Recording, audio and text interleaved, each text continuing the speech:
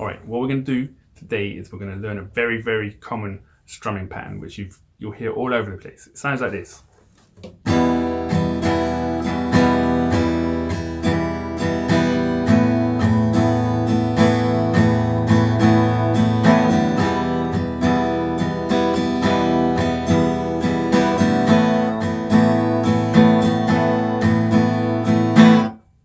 Sounds easy. It's actually quite a lot going on. It's not too hard, but you need to concentrate. So, like we talked about before, when we're doing this, we were just strumming down beats. We were going down, down, down, down, up, and then change. Remember that? So we kind of established that you can, there's beats and then there's in between beats. So let's just practice playing on the beats. We'll just do E minor, and we're just going to play down strokes on every single beat. 1, 2, 3, 4. Nice relaxed wrist. 2, 3, 4. Now let's add in our in between beats, our up strokes.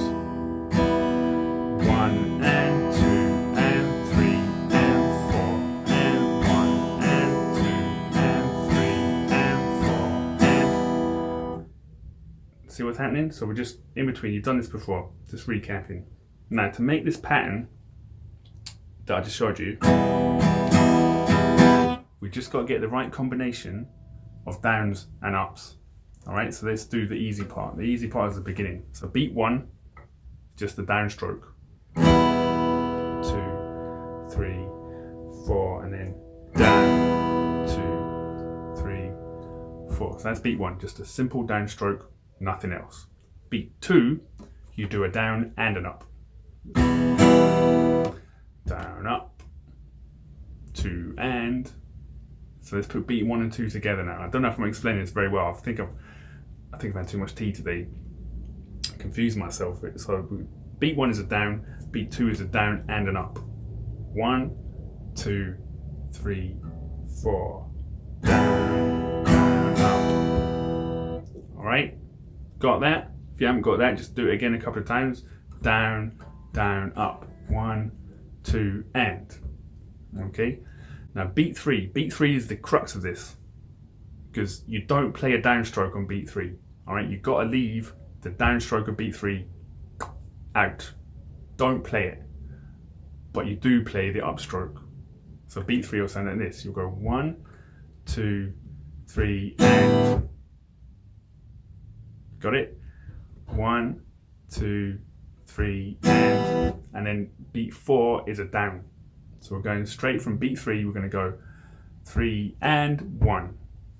Like this. 1, 2, 3, and 4. So it's up, down, into beat 4. Let me play the whole pattern for you, counting it, pointing out as we go along.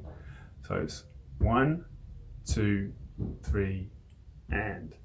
Down, down, up, down, down, down, up, 3, up, down. Very important, you leave beat 3 empty and you just hit the upstroke. So you go up and then down again on beat 4. Okay? Am I making sense? I hope so. This is what I mean. You can see the picture of what it looks like. If you're ready, try along with me. Go slowly. 1, 2, 3, 4, down, down, up, down. 1, 2, 1, 2, 3, and 4. 1, 2, 3, and 4. All right, very common chord pattern. So let's try it now, moving between 2 chords. So we'll do it once on E minor, once on A sus2, once on E minor, once on A sus2. 1, 2, 3, 4. Down, down, up, down, down, down, up, down, down, up, down, up. It's so crucial that you don't play your upstroke of beat 3 on the main beat of 3. You've got to do it on the in-between bit, on the and of 3, or the in-between 3 and 4.